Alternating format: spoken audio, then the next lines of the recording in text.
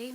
Hi, I'm Cathy of Collective Architecture, an employee-owned architects cooperative based in Glasgow and Edinburgh, with around 37 employees and soon to celebrate our 20-year anniversary and 10 years of employee ownership. So thank you for inviting me. I'm here to talk about the Glasgow Women's Library project under the theme of cultural architecture.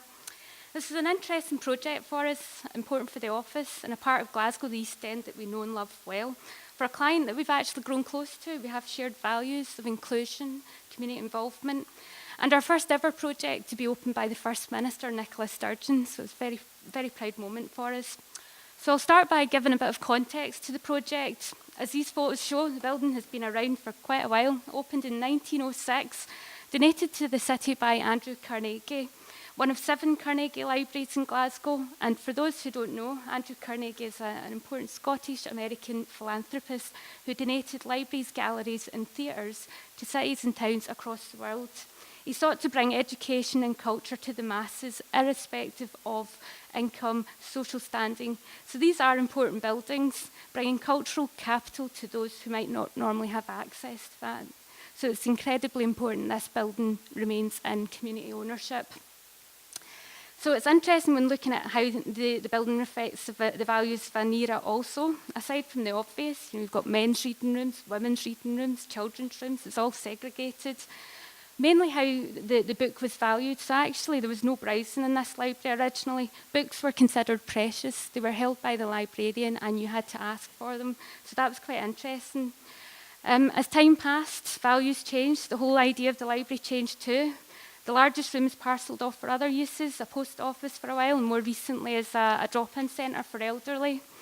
None of these functions suited the building, so it gradually fell into decline, and the community library actually left. So it was through Clyde Gateway that a new use was to be found. And Glasgow Women's Library were in need for a new home, so it was the perfect pairing. So who are Glasgow Women's Library? Glasgow Women's Library are unique. They're the only organisation in the UK operating a museum dedicated to women's history. They are the guardians of a rich archive of books, manuscripts, posters, many other items associated with women's right to vote, and many other important issues to do with equality and empowerment. In parallel, they also function as a library with lending.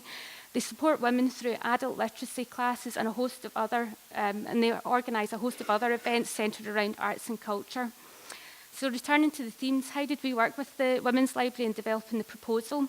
We had a series of design workshops, working with models, highly visual means. The model was very much the centrepiece as a stimulus for discussion and the articulation of ideas, carried out options appraisals as well.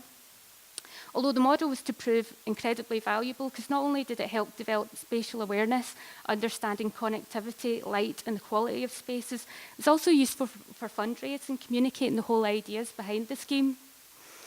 So the Women's Library undertook their own visioning exercises that we were involved in, just imagining the journey, how you would arrive in the building and move through.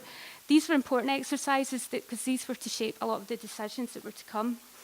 It took about 1.5 years to pull together the proposals and a further year for the construction phase. It was very challenging, quite difficult ground conditions. 26 steel-driven piles, each 12 metres deep, to consolidate the ground in order to build an archive, concrete box. It's effectively a box inside a box, 4-hour fire-rated enclosure for the storage of these very precious items.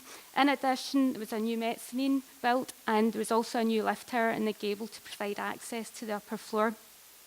So quite a challenging project.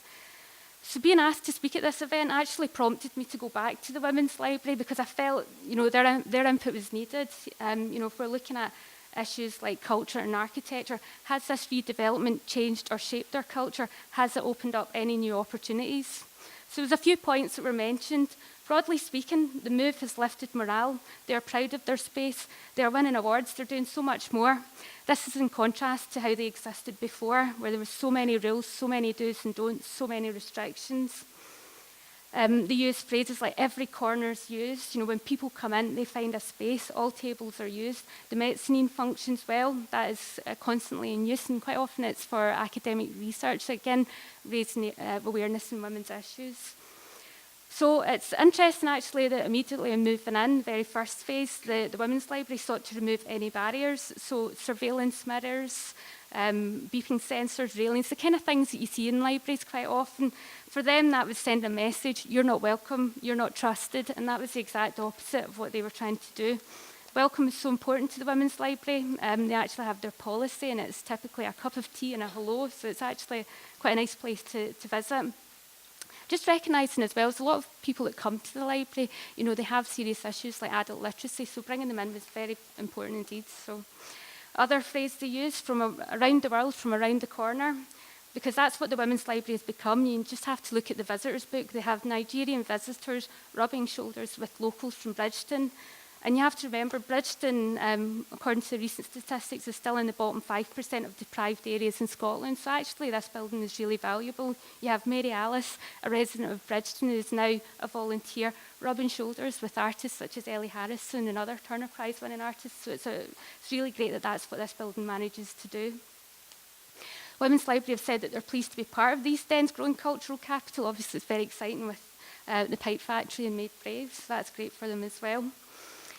This is an example of a conference that they had, the National Museums Conference, very important event, very proud to hold it, and they were able to accommodate a range of activities. So in that sense, the connectedness of space was quite good, that you were able to hold so many different types of events.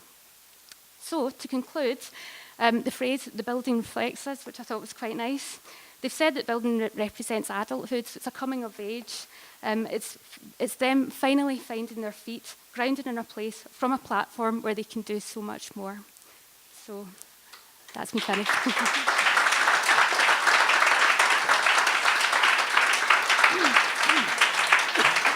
Excuse me.